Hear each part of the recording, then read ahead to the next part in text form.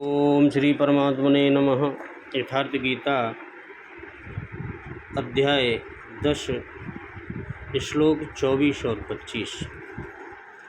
पुरोदशां च मुख्यं मा विद्धि पार्थ बृहस्पतिं सेनानीनामहं स्कंद सरसामस्मि सागर महर्षीणां भृगुरहं गिरामस्येकमक्षरं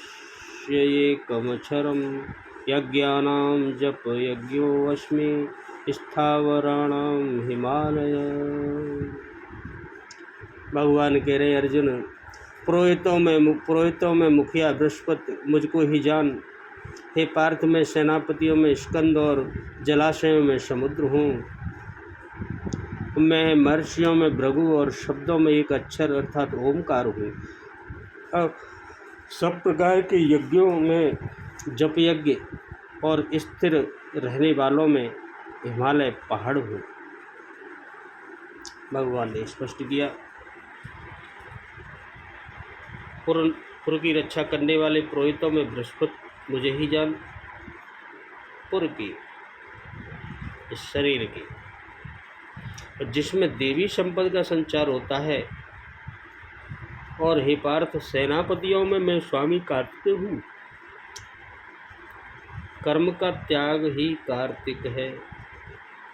कर्म का त्याग ही कार्तिक, जिससे चराचर का संहार, प्रलय और इष्ट की प्राप्ति होती है। जलाशय में मैं समुद्र हूँ, महर्षियों में मैं भृगु हूँ और वाणी में एक अक्षर ओंकार हूँ, जो उस ब्रह्म का परिचायक है। सब प्रकार के यज्ञों में मैं जप यज्ञ हूँ। यज्ञ परम में प्रवेश दिला देने वाली आराधना की विधि विशेषण का चित्रण है। उसका ही सारांश है। स्वरूप का स्मरण और नाम का जप। स्वरूप का स्मरण और नाम का जप दो वाणियों से पार हो जाने पर जब यज्ञ की श्रेणी में आता है तो वाणी से नहीं जपा जाता,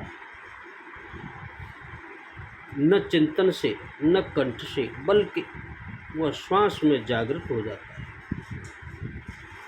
केवल सुरत को श्वास के पास लगाकर मन से अविरल चलना भर पड़ता है। वैसा सही कहा।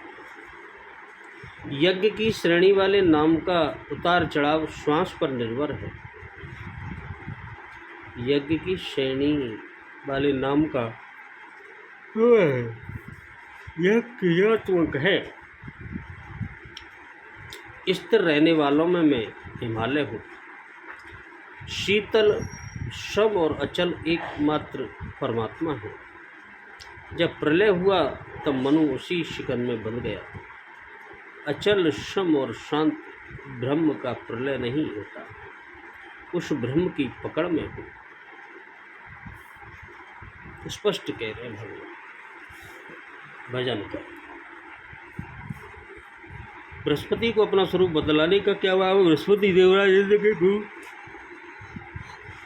देवताओं के कुल पुरोहित और विद्या बुद्धि में सर्वश्रेष्ठ हैं तथा संस्कार के समस्त पुरोहितों में मुख्य और अंग ऋषि के राजा माने गए हैं। इसलिए भगवान ने उनको अपना स्वरूप कहा है।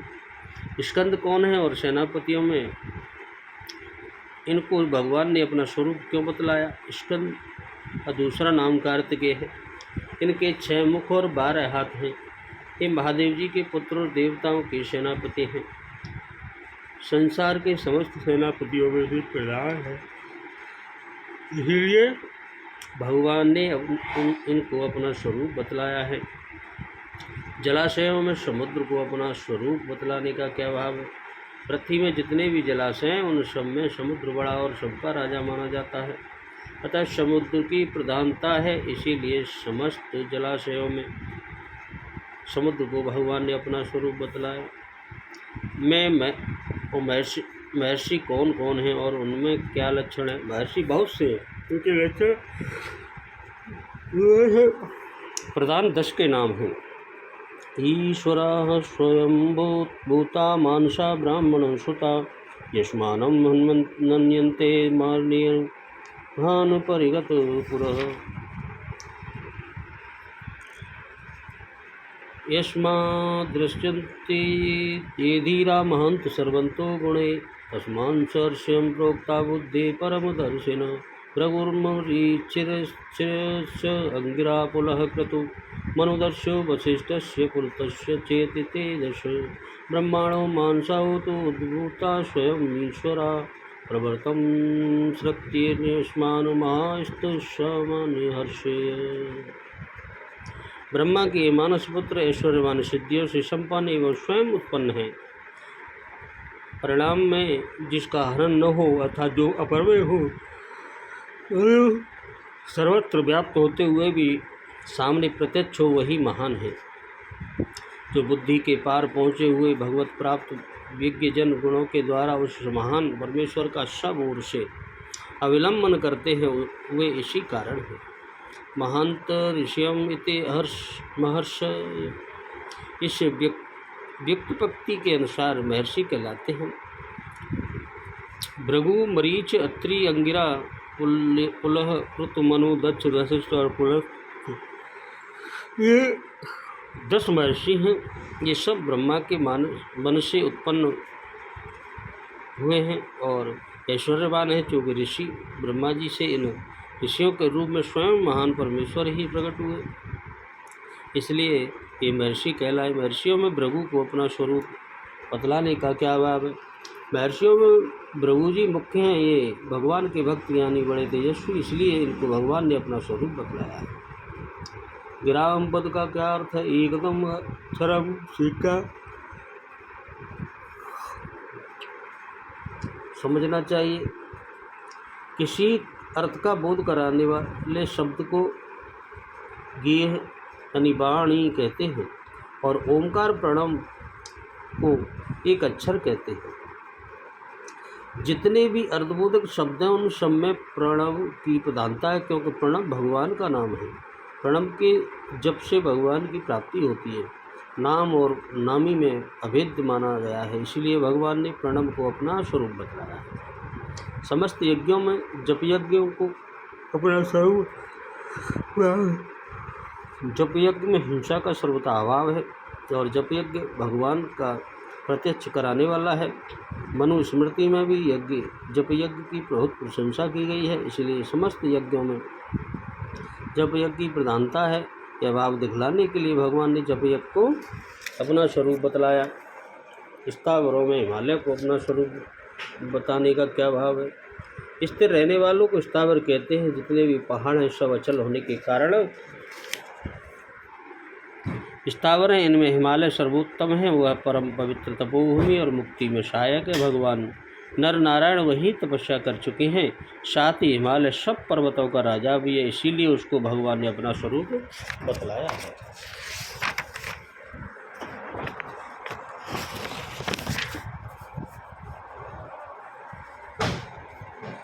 ये महर्षि अंगिरा के बड़े ही प्रतापी पुत्र सर्वोच्च मनवंतर के बृहस्पति महर्षियों में प्रधान, ये बड़े भारी विद्वान हैं।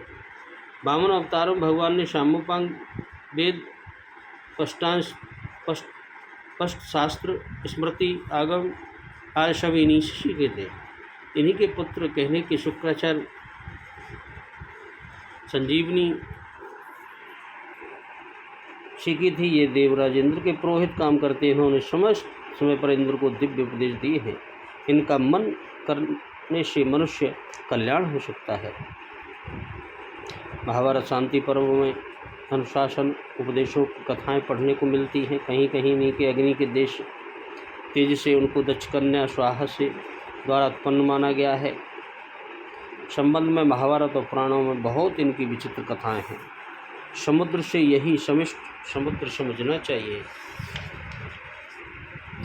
ब्रह्मा जी के मानस पुत्रों में भृगु एक प्रधान है। स्वयंभू और चाशु आदि कई मनवंतरों में ये सप्तऋषियों में रह चुके हैं।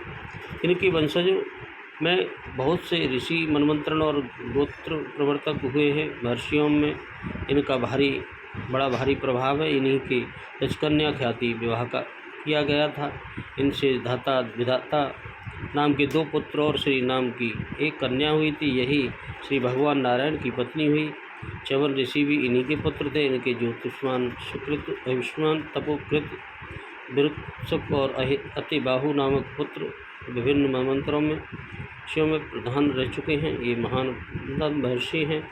भगवान के वक्ष स्थल पर लात मारकर उन्होंने ही उनकी सात्विक क्षमा की परीक्षा ली है। साथ ही आज ही विष्णु पुराण में चिन्ह को हृदय पर धारण किए हुए भृगु पुलस्त पुल क्रतु अंगिरा मरीच दक्ष स्त्री वशिष्ठ ये प्रजा सृष्टि कराने वाले होने से 9 ब्रह्मों माने गए हैं। सभी पुराणों में भृगु जी की चर्चा भरी पड़ी है। इनकी कथा का विस्तार हरवंश पुराण, मत्स्य पुराण, शिव पुराण, ब्राह्मण पुराण, देवी भागवत, मार्कंडेय पुराण, पद्म पुराण, वायु पुराण, महाभारत और श्रीमद् भागवत में भी।